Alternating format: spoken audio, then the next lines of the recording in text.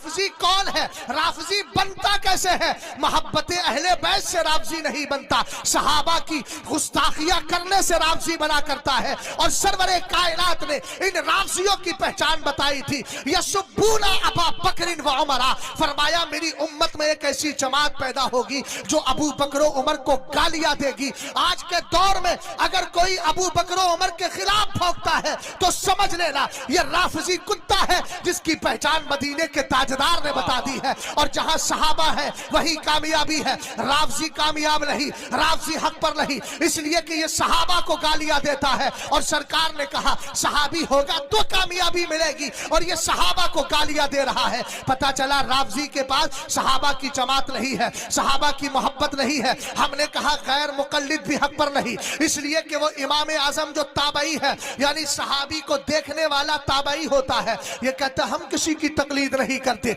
हमने कहा क्यों नहीं करता? बोले हम खुद ही मसले निकालेंगे दीन से। मैंने कहा सदके जावा तेरी इस बदअकीदगी पर है, सदके जावा ये फबश्शिरहुम बिअज़ाबिन अलीम के कबील से है। हमने कहा तू कैसी बात कर रहा है?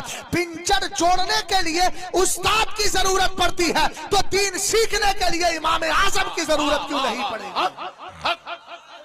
क्या कहने? वाह वाह वाह, समझ में आई बात आपको?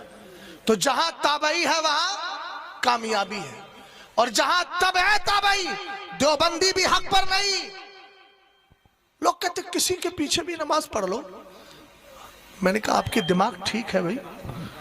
जब हुजूर ने फरमा दिया ला यक़बलुल्लाहु लिसाहिबि बिदअतिन सलातन वला सौमन वला सदक़तन वला हज्जन वला उम्रतन वला जिहादन फी सबीलिल्लाह वला सरफन वला अदला यखरुजु मिनल इस्लामी कमा तखरुजु शारतु मिनल अजीन। ध्यान से सुनिएगा, सरवरे कायनात फरमाते हैं बद अकीदा बद अकीदा बद अकीदा बद अकीदा की अल्लाह न नमाज कबूल करता है, न सदका कबूल करता है, न रोज़ा कबूल करता है, न उम्रा कबूल करता है, न हज कबूल करता है, न ज़कात कबूल करता है, न फ़र्ज नमाज कबूल करता है, न नफिल नमाज कबूल करता है। वहाबी के पीछे नमाज पढ़ने खड़ा हुआ, क्या कहा? पीछे इस इमाम के। मैंने कहा था कौन? बोले वहाबी था। मैंने कहा हुजूर ने क्या फरमाया? बद अकीदा की नमाज कबूल। ऊंचा बोलो कबूल। मैंने कहा जब बद अकीदा की नमाज कबूल नहीं तो तू तो कह रहा है पीछे इस इमाम के, तेरी कहां कबूल हुई? सुनना मेरी बात को, मेरी तरफ देखें। हाँ क्या कहा? पीछे इस इमाम के। हुजूर फरमाते कबूल है ही नहीं। अब सरकार से ज्यादा जानने वाला कोई है क्या आज के दौर का?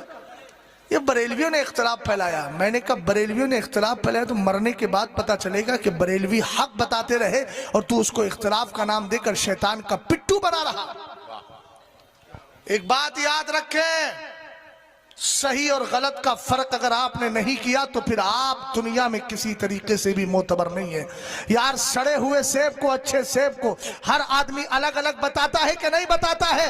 किसी ने मुझसे पूछा था वहाबी और सुन्नियों में फर्क क्या है? मैंने कहा जो नबी को जिंदा मानता है वो सुन्नी हुआ करता है, जो नबी अलैहिस्सलाम को मुर्दा कहता है वो वहाबी हुआ करता है, जो कहता है नबी अलैहिस्सलाम से विसाल के बाद मदद मांगी जा सकती है वो सुन्नी है, और जो ये कहे मरकर मिट्टी में गए माअज़ल्लाह उनसे मदद नहीं मांगी जा सकती वो वहाबी है। अब मैं आपसे पूछना चाहता हूं, जरा सीने पे हाथ रख के बताइएगा, अगर आपको बाप से सच्ची मोहब्बत है, भाई बात ना करें, मेरी बात को ध्यान से सुने, अगर सच्ची बात बोलने का आपके अंदर मिजाज है तो फिर एक बात सुनिएगा। ये जनाब बैठे हुए हैं, इनका एक शख्स ऐसा है जो इनके बाप को गालियां देता है, और एक ऐसा है जो इनके बाप से मोहब्बत भरी बातें करता है, उनसे प्यार करता है। बताओ आपसे पूछ रहा हूं, आप दोनों को बराबर समझोगे? ऊंचा बोलो, दोनों को बराबर समझोगे?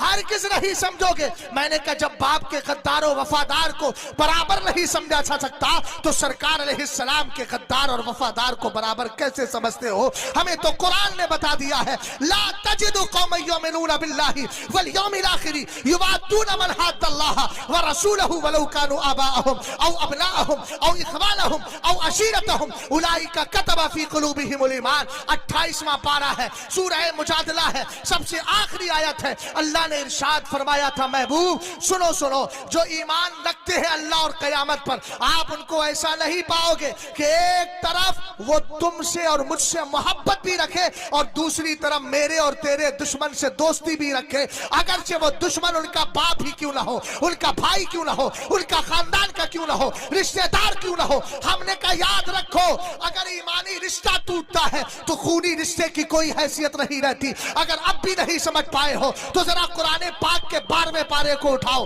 हजरत नूह का बेटा सगा बेटा था, लेकिन जब हजरत नूह के साथ कश्ती में सवार नहीं हुआ और अल्लाह रब्बुल इज्जत की बारगाह में आपने उसके लिए दुआ की, कुरान ने कहा इन्नहु लैसा मिन अहलिक, वो तेरे घर वालों में से है ही नहीं। हमने कहा बेटा उनका था, लेकिन रब ने मना फरमा दिया। इससे समझ में आ गया ईमानी रिश्ता जब तक जिंदा रहता है तभी तक खूनी रिश्ता बाकी रहा करता है, और जिस दिन ईमानी रिश्ता टूट जाता है खूनी रिश्ते की कोई हैसियत नहीं है। समझ में आई बात आपको? हाँ, बात बहुत हो गई, अब खत्म कर देता हूं। अच्छा, तो शायरी इस्लाम को नहीं पढ़वाएंगे? अच्छा अच्छा, चलिए ठीक है, जैसा हुक्म हो। हदीस मैंने सुना, याद है, बद अकीदा ने मज़ाराते औलिया को मिट्टी का ढेर कहा। आप कहते हो ढेर? किताबों में लिखा है उन्होंने, हम अपनी तरफ से थोड़ी कोई किस्से सुना रहे हैं। असातीरुल अव्वलीन थोड़ी है, पिछले जमाने के किस्से नहीं है, ये उनकी किताबों में लिखा है। लोग कहते हैं हमारे सामने तो कभी किसी वहाबी ने गुस्ताखी नहीं की। मैंने कहा जबान बंद कर, पगला गया है भाई। तू ये चाहता है कि जो नबी की तौहीन तेरे सामने करे तो उसी को वहाबी समझेगा? सुने, मेरी तरफ देखे, मेरी तरफ मिसाल दे के समझा रहा हूं। ये मेरा भाई आया टोपे वाला, बैठ जाइए। भाई साहब बैठे।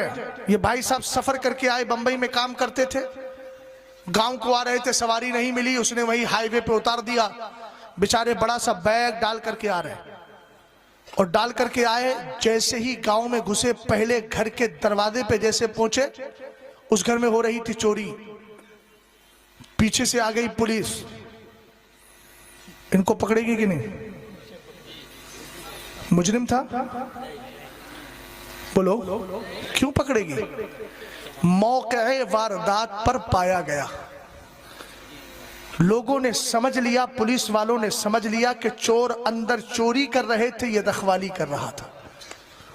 अब तो समझ में आ गया होगा, गुस्ताख वो नहीं होता, सिर्फ वही नहीं होता जो तुम्हारे सामने सरकार को माअज़ल्लाह गालियां दे। गुस्ताख वो भी है जो गालियां देने वालों को अपना इमाम समझे, जो गालियां देने वालों के साथ मौजूद हो। हजरत अल्लामा जलालुद्दीन सुयूती की एक रिवायत सुनाकर बात को खत्म कर रहा हूं। वहाबियों से घालमेल, शियों से घालमेल, मौलाइयों से घालमेल, देवबंदियों से घालमेल रखने वाले इस पैगाम को लेकर जाएं। हजरत अल्लामा जलालुद्दीन सुयूती फरमाते हैं, एक बंदा ऐसा था जो अबू बकर उमर को गालियां तो नहीं देता था, लेकिन गाली देने वाले के साथ उसकी दोस्ती थी। शरहुस सुदूर में अल्लामा जलालुद्दीन सुयूती ने फरमाया, कहते जब मरने का वक्त करीब आया ना, तो अभी जबान में शकत थी बोलने की, बोल पा रहा था। उससे घर वालों ने कहा कलमा पढ़, कलमा पढ़, कलमा पढ़। भाई ध्यान से सुनना मेरी बात को, शहजाद समझा के जा रहा है, माने या ना माने ये आपका काम है, जनाजे आपको अपने ठीक कराना है। हमको क्या फिक्र है, हम अपना जनाजा ठीक कराएंगे, आप अपना जनाजा ठीक कराइए। वरना आपको मालूम है ना, जो वहाबी देवबंदियों से भी मिला करता है, सुन्नी उसके जनाजे में ज्यादा नहीं जाते हैं, कुछ झुलमुल वाले चले जाते हैं, पिलपिले चले जाते हैं। यार कैसी जिंदगी है, मरने के बाद नमाज पढ़ने वाले भी नहीं आए, ऐसे मुतसल्लिम होकर रहे, ऐसे मजबूत होकर रहे। लोग कहे यार कैसा भी था, लेकिन मुस्तफा का सच्चा वफादार था, तसल्लुब बड़ा था, तो लोग दौड़ दौड़ के नमाज पढ़ने के लिए आएंगे। सरकार ताजुश शरिया को कौन नहीं जानता है, मेरे मुर्शिद ने हक को हक कहा। लोग कहते थे सबकी मुखालफत करते हैं, इनके पीछे आए, इनकी नमाज़े जनाजा में आएगा कौन? लेकिन 62 लाख या 70 लाख की पब्लिक ने बता दिया, हक बोलते रहो, खुदा जनाजे में भीड़ यूं ही कर देगा। जिंदाबाद जिंदाबाद। समझ में आई बात आपको? अल्लामा, ध्यान से सुनना मेरी बात को, अल्लामा जलालुद्दीन सुयूती कहते हैं, घर वालों ने कहा कलमा पढ़, कलमा पढ़, कलमा पढ़, कलमा पढ़। जबान पे कलमा चढ़ ही नहीं रहा। जब जबान पे कलमा नहीं चढ़ा तो अभी बोलने की सकत बाकी थी। मालम युगर्गिर, हदीस में है, गरगरे की कैफियत रूह निकलती है पैरों से और आती वो यहाँ आती है और यहाँ से आखिर में निकल जाती है। तो अभी उसकी रूह यहाँ नहीं आई थी, अभी जिस्म में थी, लेकिन हालत बिगड़ रही थी कि मर जाएगा। ध्यान से सुनना भैया, वहाबियों के साथ दोस्ती, वहाबियों के साथ शादी, बदअकीदा के साथ शादी, बदअकीदा के यहाँ खाना पीना,